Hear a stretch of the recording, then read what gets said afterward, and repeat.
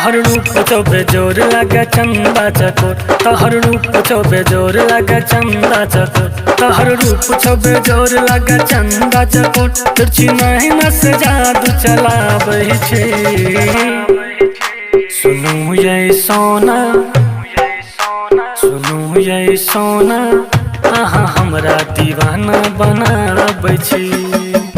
सुनू ये सोना, आहा हमरा दीवाना बनाबै छी।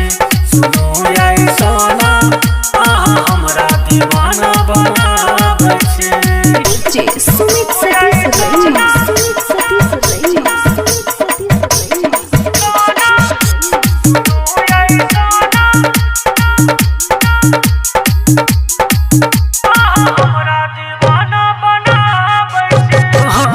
के काजल करैया हरान, जखन मारै छ गोरी तू मीठ मुस्कान।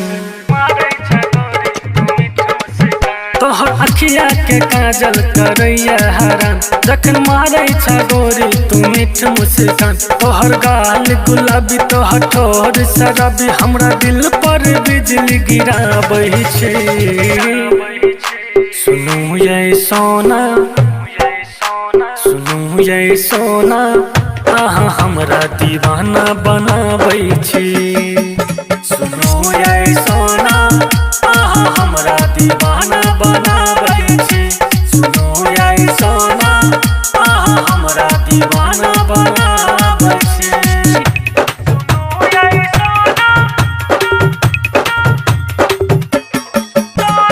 डीजे सुमित सतीश रैया, सुमित सतीश रैया, सुमित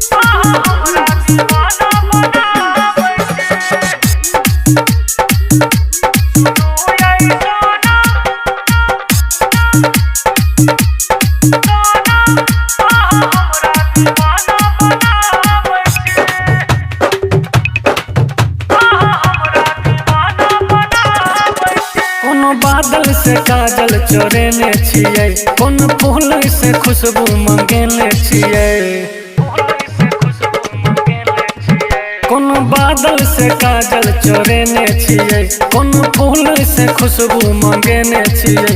अहाँ भेलौं दीवानी किया करे छी न जानी, छोटू संतोष के पागल बनाबै छै। सुनू ये सोना, सुनू ये सोना, आहा हमरा दीवाना बनाबै छी। सुनू ये सोना, आहा हमरा दीवाना बनाबै छी। सुनू ये सोना, आहा हमरा दीवाना बनाबै छी। तोहर रूप छौ बेजोर लागे चंदा चकोर, तोहर रूप छौ बेजोर लागे चंदा चकोर, तोहर रूप छौ बेजोर लागे चंदा चकोर। तिरछी नैना से जादू चलाबै छै। सुनू ये सोना, सुनू ये सोना, आहा हमरा दीवाना बनाबै छी। सुनू